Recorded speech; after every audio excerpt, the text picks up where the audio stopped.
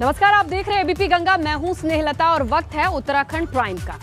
Bulletin की शुरुआत होगी टिहरी से आई एक बड़ी खबर के साथ, जहां आप एक तस्वीर देखेंगे और ये भयानक तस्वीर है। टिहरी के नागनी के पास लैंडस्लाइड होता ये वीडियो। नेशनल हाईवे 94 के पास, ये नागनी के पास हाईवे है नेशनल। और जरा इन तस्वीरों को देखिए। जरा सा वक्त था और स्कूटी सवार जिस रास्ते से गुजर रहे थे उस रास्ते की हालत क्या है ये आपके सामने। पहाड़ी से भारी भरकम 2 बोल्डर सब कुछ खत्म करते हुए, देखिए रोड के साइड में बोर्ड लगे हैं, एक गेट देख पा रहे होंगे। और ये चंद सेकंड में इस पहाड़ी के नीचे आता है। और जो लोग वीडियो बना रहे हैं उन्हें तो यही लगा था कि जो इस रास्ते से स्कूटी सवार है ये दोनों शख्स आज मुश्किल ही बच पाए, लेकिन किस्मत अच्छी थी, इन लोगों की जान बच गई। और इस रोड पर, इस हाईवे पर ज्यादा भीड़ नहीं थी।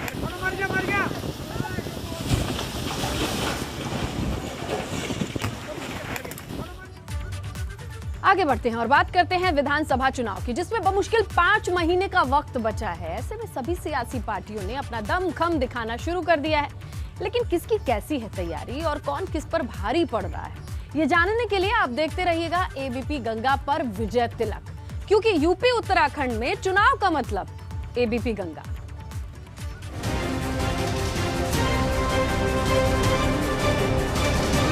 विजय तिलक।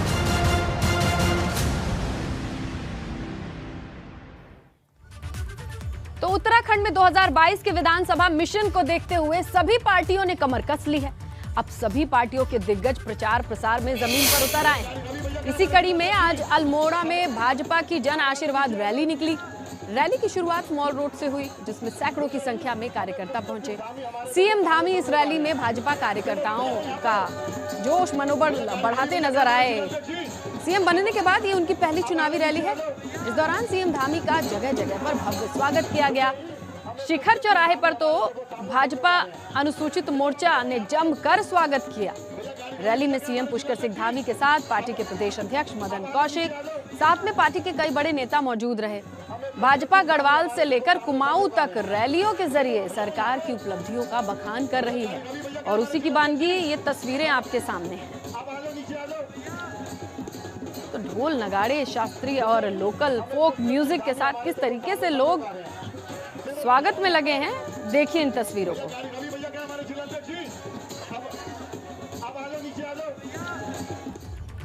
तो देखा जाए, रैली के बाद सीएम पुष्कर सिंह धामी ने जनसभा को भी संबोधित किया।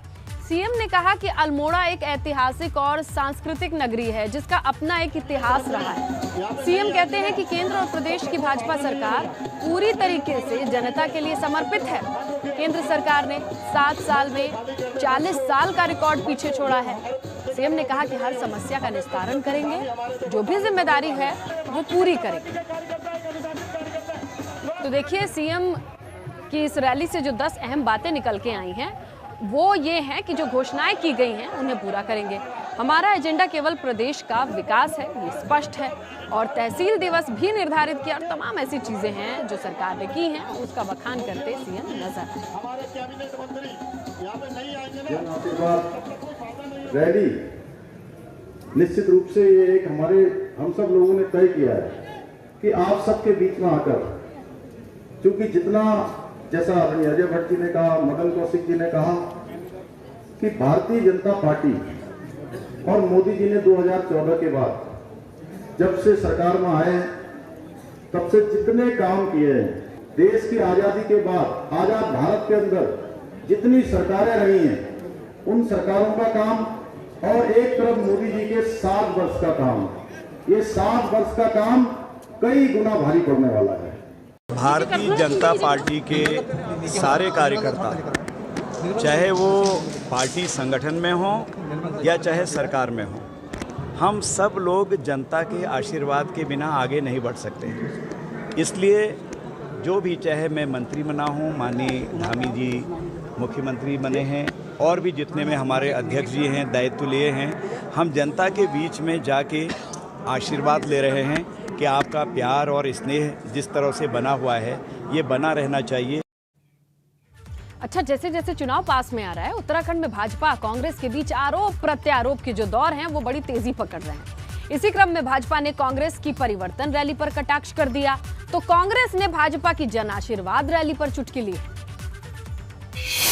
जहाँ तक भारतीय जनता पार्टी की पुष्कर सिंह धामी की सरकार है, 2 महीने के अंदर जितने निर्णय हुए हैं, आज इनके पास ये सोचने मतलब समझ नहीं पा रहे हैं कि हो क्या रहा है। तो ये आत्मचिंतन ही यात्रा अपने शुरू करनी चाहिए और भारतीय जनता पार्टी लगातार जनता के काम कर रही है और पूरे मैं दावे के साथ कह सकता हूँ कि एक बार फिर 2022 में भारतीय जनता पार्टी की सरकार में।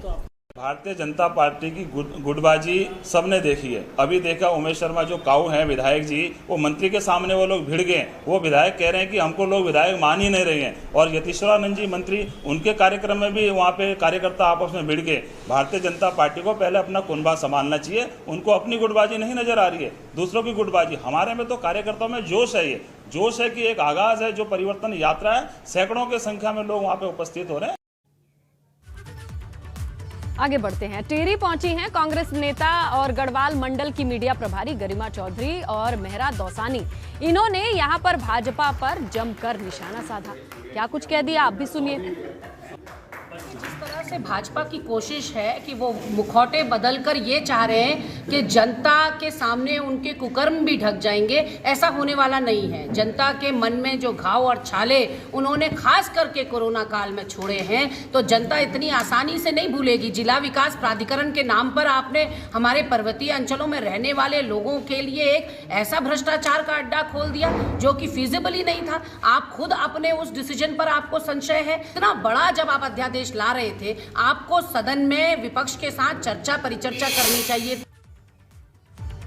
और उधर समाजवादी पार्टी ने भी उत्तराखंड में पूरे 70 विधानसभा सीटों पर चुनाव लड़ने का ऐलान कर दिया है। सपा के राष्ट्रीय महासचिव और उत्तराखंड प्रभारी राजेंद्र चौधरी ने मीडिया से बातचीत की और इस दौरान उन्होंने पिछले 2 दशक से उत्तराखंड में कोई विकास नहीं हुआ, ये बातें कही।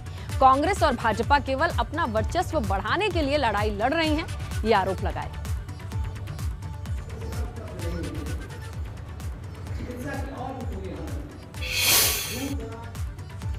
और उधर आम आदमी पार्टी ने एक बार फिर दावा किया है कि भाजपा के कई बड़े नेताओं के वो संपर्क में हैं और जल्द ही आप वो ज्वाइन कर लेंगे। कुछ विधायकों में संपर्क होने का दावा किया है। आपको बताएं कि आम आदमी पार्टी के प्रदेश प्रभारी दिनेश मोहनिया ने मार्च में दावा किया कि भाजपा के कई ऐसे विधायक हैं जो आम आदमी पार्टी के संपर्क में और जल्दी ज्वाइन भी कर सकते हैं, लेकिन तब से लेकर अब तक किसी बड़े नेता की ज्वाइनिंग तो हो नहीं पाई है। अब इसके पीछे का तर्क क्या है? पिछले दौरान राजनीतिक गतिविधियां तेजी से बदली हैं। भाजपा ने 3 मुख्यमंत्री बदल दिए हैं, इसीलिए संपर्क में रहे लोगों की ज्वाइनिंग नहीं हो पाई है। लेकिन एक बार फिर से दिनेश मोहनिया ने ये दावा किया है कि अभी भी कई ऐसे बड़े नेता हैं जो उनके साथ कांटेक्ट में हैं, संपर्क में हैं। देखिए, मैंने उस टाइम भी आपको बताया था कि समय आने दीजिए, सब कुछ होगा। लोग संपर्क में हैं और लेकिन जिस तरह से राजनीतिक परिस्थितियां पिछले 3 महीनों में काफ़ी तेज़ी से बदली हैं और प्रदेश में 3 मुख्यमंत्री बदल गए, तो मुझे लगता है कि उन चीज़ों को समझने की आवश्यकता है और उनको उस परिप्रेक्ष्य में देखने की भी ज़रूरत है। लेकिन ये तय है कि लोग संपर्क में हैं और आने वाले हैं। उस चीज़ों को सेटल होने में थोड़ा सा टाइम लगा क्योंकि परिस्थितियाँ कुछ बदली हैं, लेकिन मैं ये विश्वास दिलाता हूँ कि लोग निश्चित तौर पर ज्वाइन करेंगे और 2022 का जो चुनाव है वो काफ़ी रोचक रहने वाला है।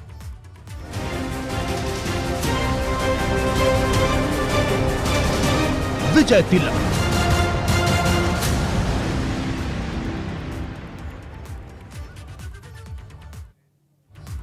तो उधर हल्द्वानी में उपनल कर्मियों ने अपनी मांगों को लेकर प्रदर्शन किया। 2 दिन का कार्य बहिष्कार भी किया। उपनल कर्मचारियों ने नियमितीकरण और सुप्रीम कोर्ट से LSP वापस लेने की मांग सामने रखी और इसी को लेकर उनका प्रदर्शन भी सामने आया है।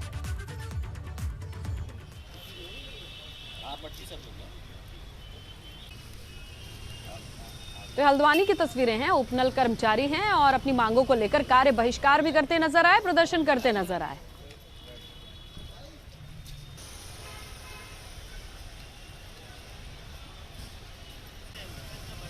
पूरे राज्य में 13 के 13 जिलों में उपनगर कर्मचारी हड़ताल में आज और कल को। अगर आज और कल भी सरकार नहीं मानती है, आने वाले 1 महीने में हम पूरे विभागों को क्लोज कर देंगे, चाहे वो आकस्मिक सेवाएं हो, चाहे वो जिस प्रकार की सेवाएं हो। जो भी क्षति होगी वो राज्य सरकार की होगी। राज्य सरकार को समझना चाहिए। हम लोग ये मांग कर रहे हैं कि आने वाले समय में जितने भी कर्मचारी हैं उनको एक नियमावली के तहत नियमित किया जाए, समान कार्य का समान वेतन दिया जाए। उधर देहरादून में भी नगर निकायों के कर्मचारियों ने काली पट्टी बांधकर विरोध जताया है।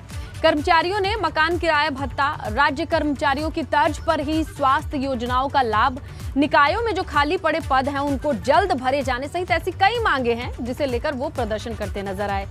कहा कि 20 सितंबर तक अगर मांगे नहीं मानी गई तो उग्र आंदोलन होगा।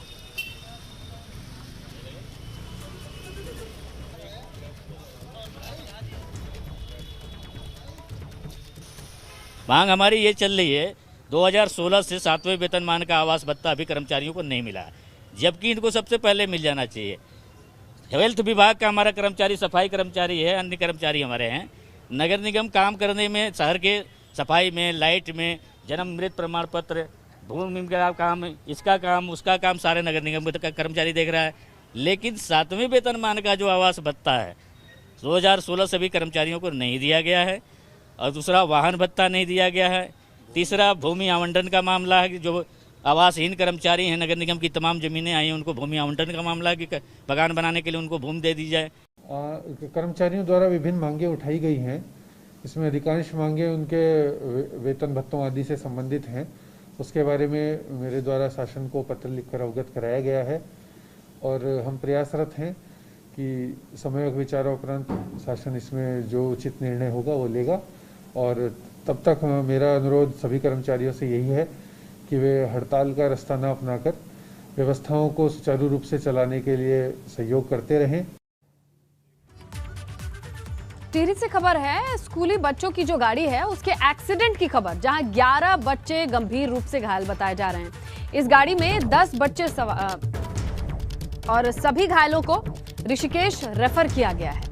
मामला नरेंद्र नगर के गुलर जमोला रोड का है। कर्णप्रयाग में बिजली विभाग की लापरवाही से स्थानीय लोग नाराज हैं और प्रदर्शन कर रहे हैं। दरअसल ये नगर पालिका के बहुगुणा नगर का मामला है। भू धसाव के कारण बिजली की हाई टेंशन लाइन लोगों के घरों को छूने लगी है। कल शाम को ही एक महिला को जान गंवाना पड़ा क्योंकि महिला हाई टेंशन तार की चपेट में आ गई। अब इस तार को दुरुस्त नहीं करने से जो लोग हैं वो खफा हैं, परेशान हैं। यहाँ से एक पोल लगा के लाइन उठा देंगे ऊपर, और अगर शिफ्ट करने के लिए नीचे से जगह मिलती है तो उसका एस्टिमेट आज ही दे देंगे हम। उत्तराखंड प्राइम देख रहे हैं आप। चलिए ब्रेक के बाद रुक कर लेते खबरों का। मसूरी पहुंचे हैं सीडीएस विपिन रावत, जहां पर उन्होंने लाल बहादुर शास्त्री प्रशासनिक अकेडमी में आयोजित एक कार्यक्रम में शिरकत की है। साथ ही यहां पर अधिकारियों से बातचीत की। विपिन रावत के मसूरी दौरे को लेकर सुरक्षा के पुख्ता इंतजाम भी हैं।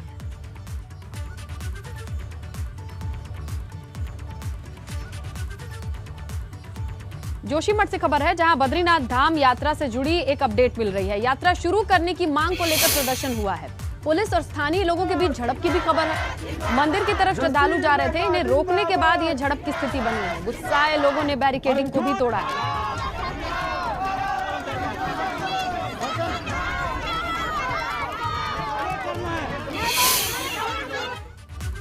और उधर उत्तराखंड में 4 धाम यात्रा शुरू न होने से आम आदमी पार्टी ने अब सरकार पर हमला बोला है।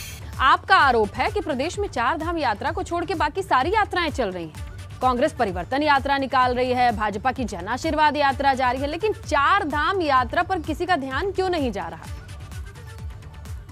कांग्रेस की यात्रा चल रही है, भारतीय जनता पार्टी की यात्रा चल रही है, लेकिन लोग जिस यात्रा को चाहते हैं, 4 धाम यात्रा होनी चाहिए, वो यात्रा बंद है।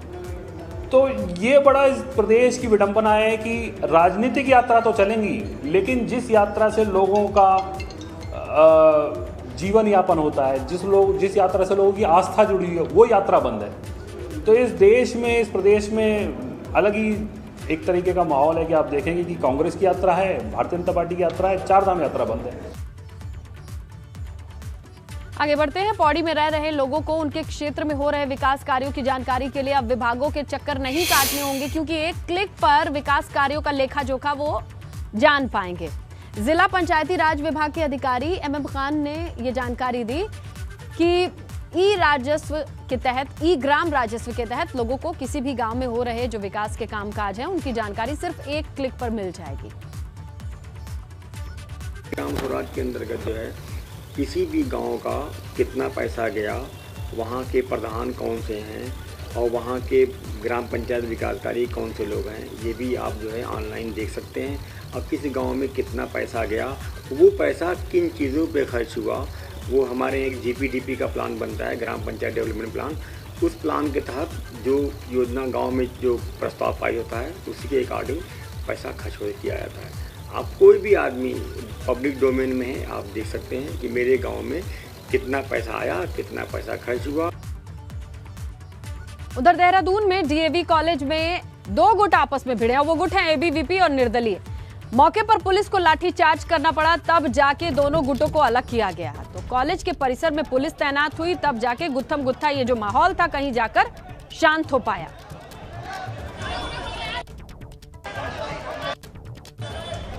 कॉलेज कैंपस है DAV का और ABVP और निर्दलीय समर्थक हैं आपस में भिड़ गए और अब माहौल को शांत करने के लिए जब पुलिस बुलाई गई तो लाठीचार्ज किया गया। उसके बाद इन दोनों को अलग किया गया और माहौल शांत कराया गया। और उधर रुड़की पुलिस को बड़ी सफलता हाथ लगी है। साइबर ठग, वो भी 5 और 4 लुटेरे ये गिरफ्तार हुए हैं। इनके साथ से 2 तमंचा, 2 चाकू, 2 जिंदा कारतूस बरामद किया गया है और सिविल लाइन कोतवाली क्षेत्र का मामला है। तो रुड़की पुलिस के हाथ कामयाबी लगी है। 5 साइबर ठग हैं और 4 लुटेरे हैं और उनके पास से कुछ चीजें भी हैं वो बरामद की गई हैं।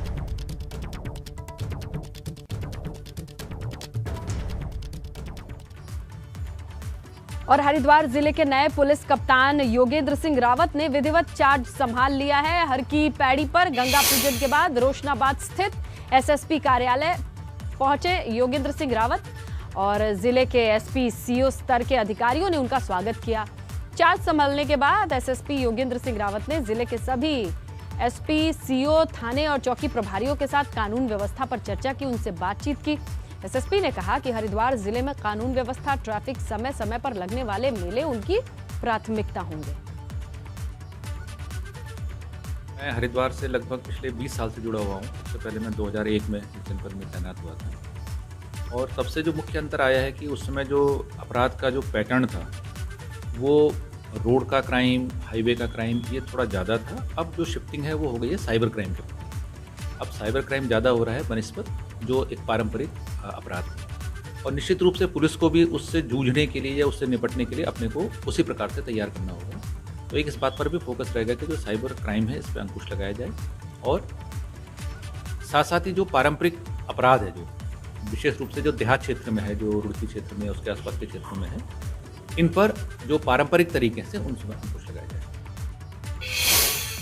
और जोशीमठ से एक खबर है जहां 74 साल के बाद ITBP ने माउंट बलबला पर तिरंगा फहराया है।